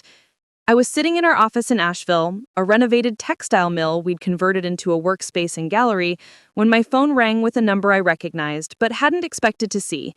Natalie. I hesitated, my thumb hovering over the screen. We'd barely spoken in 2 years, just a few awkward exchanges at Aunt Beth's birthday dinner and one tense phone call about selling Grandpa Vinny's house. But something made me answer. "Dylan," she said, and her voice sounded different, smaller somehow. "I need to talk to you. Can we meet?" "What's this about?" "Please, just meet me. I'm in Asheville, actually. There's a coffee shop called The Drowsy Poet. Can you be there in an hour?" I looked at Marcus, who was reviewing grant applications at the desk across from mine. He raised his eyebrows in question. I shrugged. "Okay, 1 hour." When I arrived at the coffee shop, Natalie was already there, sitting at a corner table with an untouched latte in front of her. She looked tired in a way I'd never seen before. Designer clothes, perfect makeup, but something exhausted underneath. "Thanks for coming," she said as I sat down. "What are you doing in Asheville?" "I came to see you, to talk to you about something I should have asked about 2 years ago." She wrapped her hands around her cup, not drinking, just holding it. "I know about the other inheritance. The $78 million? The real money?" My stomach tightened. "How?" "Uncle Richard finally told me, last month. He'd known for a while, found some documents when we were clearing out the house, put the pieces together. He didn't tell me because he knew I'd lose my mind." She laughed, but it was bitter. He was right. I did lose my mind. For about 3 weeks, I was furious. At Grandpa Vinny, at you, at the entire situation. I felt betrayed all over again. I waited, saying nothing. But then I started actually looking at what you had done with it. The foundation, the grants, all those teachers and artists and students whose lives were changing because Grandpa Vinny had trusted me with his real legacy. I realized he was right about you, and he was right about me. Natalie, no, let me say this, please. I spent 2 years running those hardware stores, thinking I was honoring his legacy, thinking I was proving something. But you know what? I hate it. I hate every minute of it. The inventory, the employees, the constant maintenance, all of it. I'm good at it, but I hate it. And I realize that's exactly why he left it to me. Because I'd do it. Because I'd stick with it even if it made me miserable, because I care more about looking successful than actually being happy. I didn't know what to say. This wasn't the Natalie I knew, the confident, sharp-edged cousin who always had everything figured out. "I came here to apologize," she continued, "for how I treated you, for calling you dramatic when you were just hurt, for assuming you were being bitter when you were actually seeing things clearly, for spending years making you feel like your choices were less valuable than mine when the truth is, you were the only one brave enough to choose what actually mattered to you." She pulled an envelope from her bag and slid it across the table. "This is my resignation from Harper and Sons. I'm selling my share to Uncle Richard. He actually wants it, actually cares about maintaining it. And I'm taking the money and I'm going to do something I should have done 20 years ago. I'm going back to school. Social work. I want to help people, real people with real problems, not manage profit margins and employee schedules." I opened the envelope, scanned the letter. It was official. Notarized. Final. "I don't expect you to forgive me," she said. "I don't even expect you to believe that I'm serious about changing. But I wanted you to know that watching what you've built, seeing the impact you've had, it woke something up in me. Something I'd buried so deep I forgot it existed." "What's that?" The idea that life could be about more than winning, more than proving I'm the smartest person in the room, more than accumulating things that look impressive but feel empty. She wiped her eyes quickly, embarrassed. I'm 43 years old, and I just figured out that my grandfather loved me enough to give me exactly what I asked for, even though it wasn't what I needed. That's a hard thing to realize. We sat in silence for a moment. Outside, people walked past the window, carrying coffee and bags and all the ordinary cargo of their lives. Inside, something was shifting, some old resentment loosening its grip. The foundation has a program, I said slowly, for people transitioning into creative or service work. We provide stipends, connect people with mentors, help them build sustainable paths. You could apply. She laughed. You'd help me after everything? I'd help anyone who's trying to do meaningful work. That's the whole point. Her eyes filled with tears again. I don't deserve that.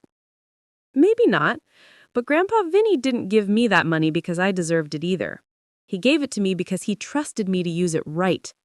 Part of using it right means not holding grudges, means recognizing when someone's ready to change. She nodded, unable to speak. We sat there for a while longer, not quite reconciled, but not enemies anymore either.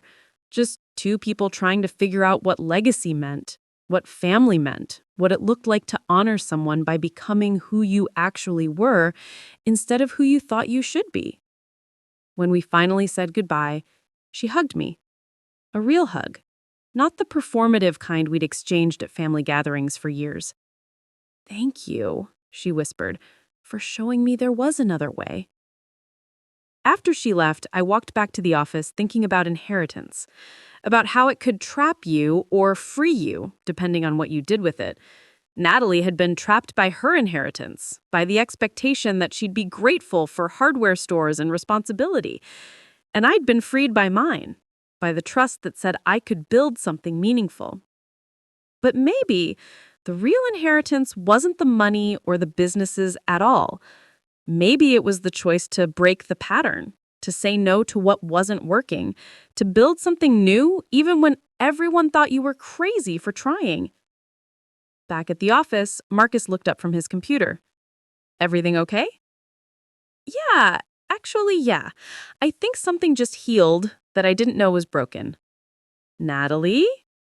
Among other things. Grinned. Good, because I've got something that's going to make your day. Remember that application from the teacher in Louisiana? The one who wanted to start a youth theater program in a town that's never had one? Yeah? We're funding it! Full amount! $50,000 over 3 years. I felt that familiar spark of joy, the one that never got old no matter how many grants we approved. Send the notification. Let's change someone's life today. That evening, I drove up to the cabin.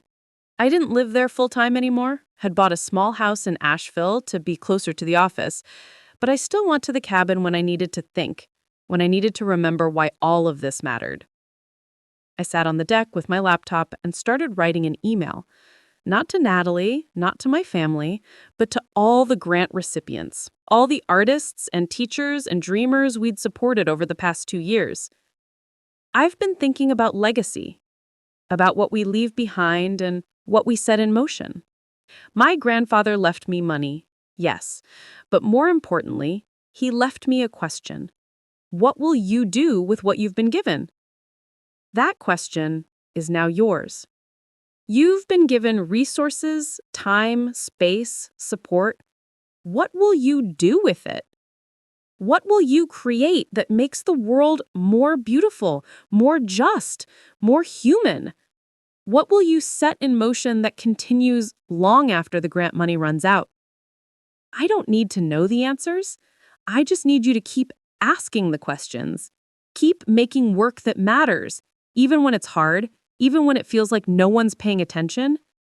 Keep teaching kids that their creativity counts. Keep building beauty in places that desperately need it. You're not just recipients of a grant, you're partners in a vision. A vision that says human beings need more than efficiency and profit. We need meaning. We need beauty. We need to create and imagine and express ourselves. That's not a luxury. It's essential. Thank you for doing this work. Thank you for trusting us to support it. Thank you for proving every day that my grandfather was right to believe in this. I sent the email and closed my laptop. The sun was setting behind the mountains, painting the sky in shades of orange and pink that no photograph could ever capture. I thought about posting a picture, about sharing this moment with the world, but decided against it. Some things were just for me. My phone buzzed. A text from Aunt Beth. I heard about your conversation. Thank you for being kind to her. You didn't have to be. I typed back. We're family. We figure it out. Her response came quickly. Your grandfather would be proud. I'm proud too. I smiled, put the phone down, and just sat with the quiet. Somewhere out there, artists were creating, teachers were inspiring, students were discovering that their voices mattered. Somewhere out there, Natalie was filling out applications for social work programs, trying to build a life that felt true instead of just successful.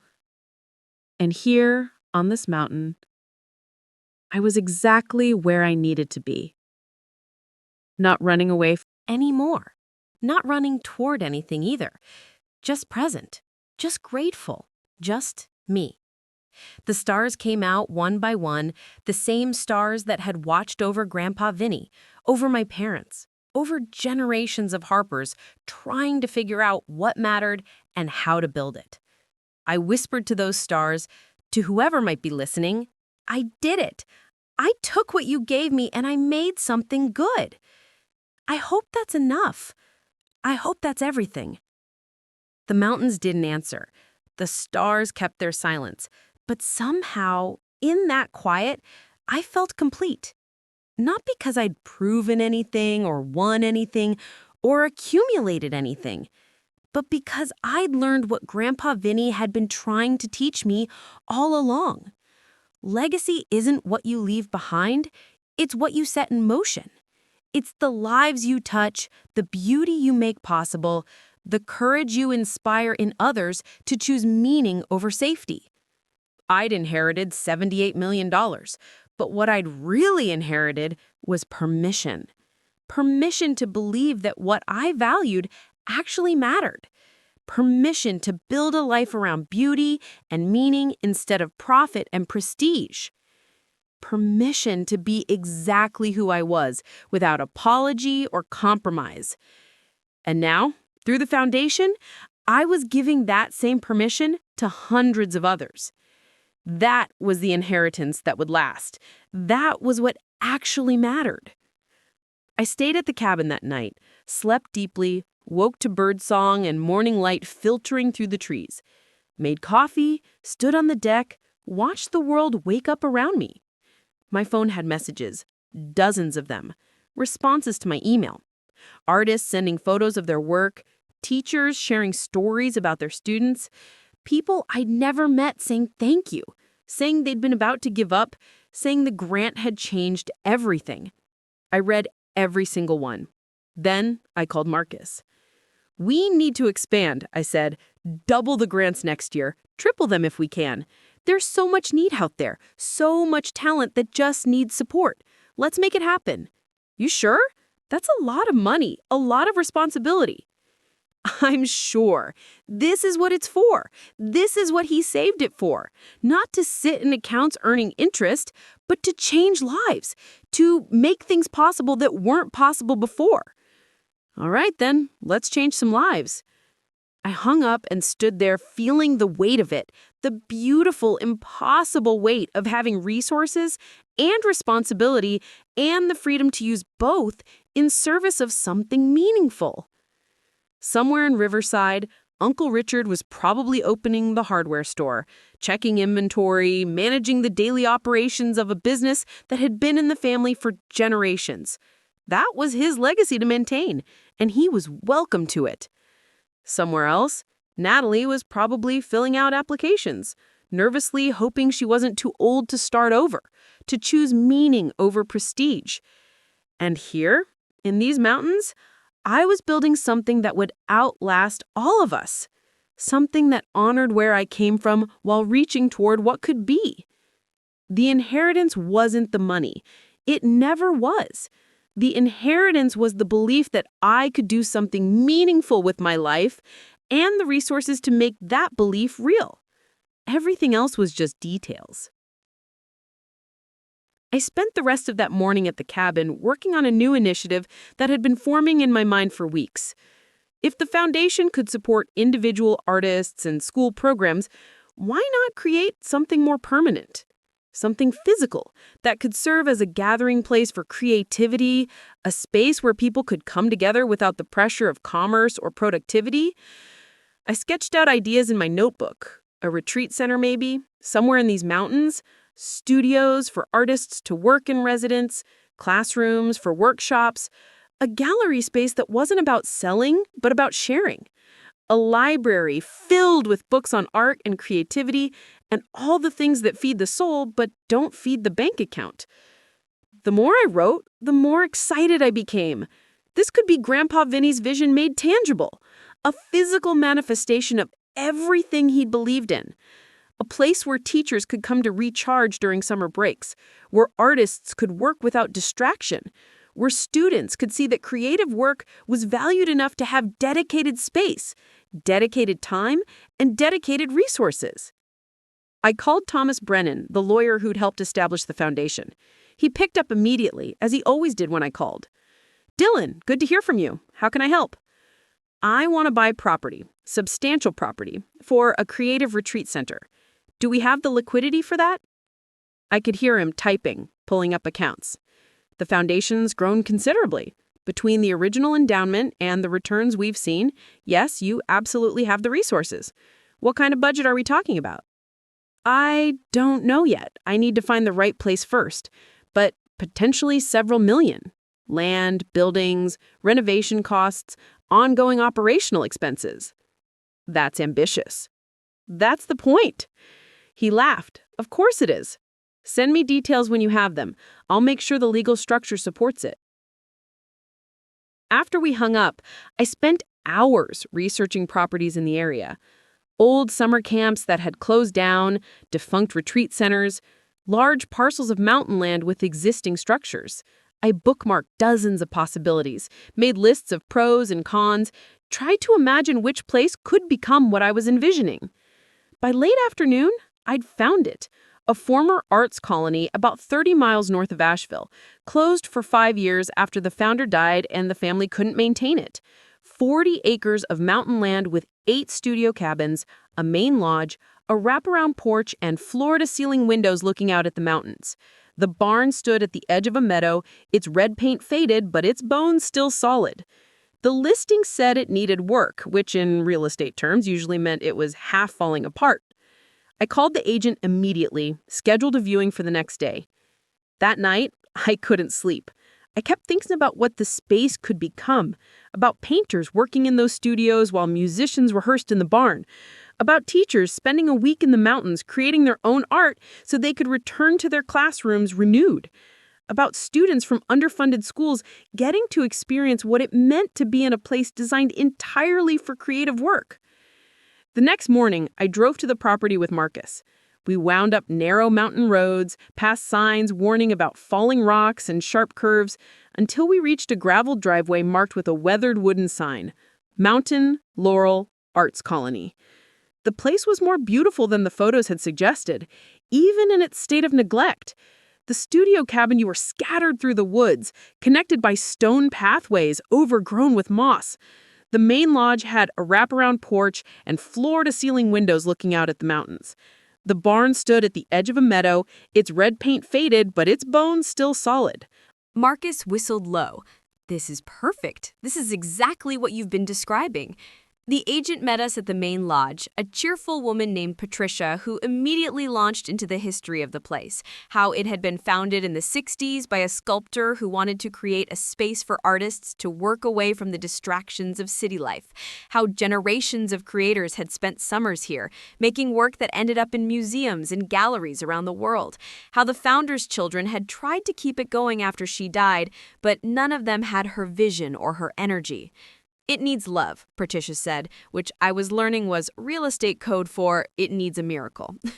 We spent 2 hours exploring every building, every inch of the property.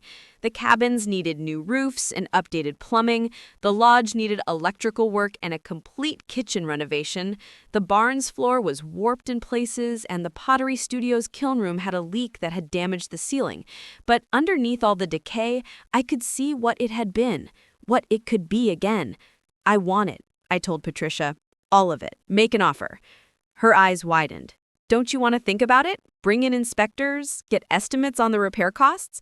I'll do all that for due diligence, but I'm buying it. This is exactly what I've been looking for. Marcus pulled me aside. Dylan, this is going to cost millions, not just to buy, but to restore and operate. I know, that's fine. This is what the money is for. This is what Grandpa Vinny meant when he wrote about creating permanent spaces for creativity. You're sure? I looked out at the mountains, at the meadow where wildflowers were starting to bloom, at the studio cabins waiting to be filled with artists again. I've never been more sure of anything. The purchase took 6 weeks to finalize. Inspections revealed even more problems than we'd anticipated, which somehow made me more determined rather than less. This place had been loved once, had served its purpose beautifully. It deserved to be loved again. We closed on the property in early May. I stood on the porch of the main lodge with the deed in my hand, looking out at 40 acres of possibility, and felt Grandpa Vinny's presence so strongly it was almost physical. This was it. This was the legacy he'd imagined, not just grants and programs, but something permanent, something that would outlast both of us. I pulled out my phone and took a photo of the view from the porch, the mountains rolling away into blue distance.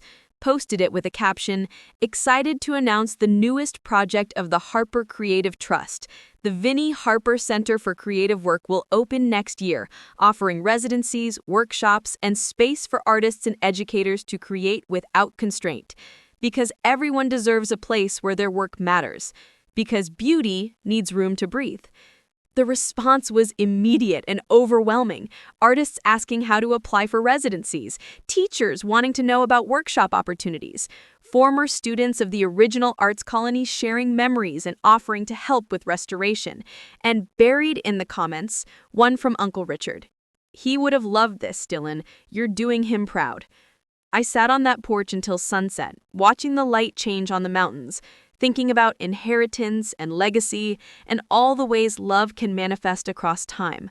Grandpa Vinny had given me money, yes, but more than that, he'd given me permission to dream this big, to believe that beauty and meaning mattered enough to invest everything in them. Now I was passing that permission forward, creating a space for hundreds of others could dream big too, could believe their work mattered, could make beauty without apology or compromise. The mountains watched silently, ancient and patient, as I sat there making plans for the future. Tomorrow, we'd start the real work of restoration. But tonight, I just wanted to be present in this moment.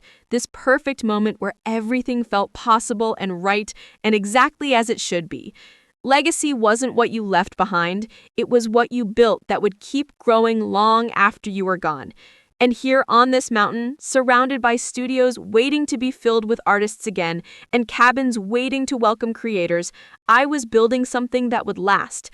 Something that would prove over and over again that Grandpa Vinny had been right to trust me, right to see something in me that I hadn't seen in myself, right to believe that the best inheritance isn't money or property, but the courage to become who you actually are.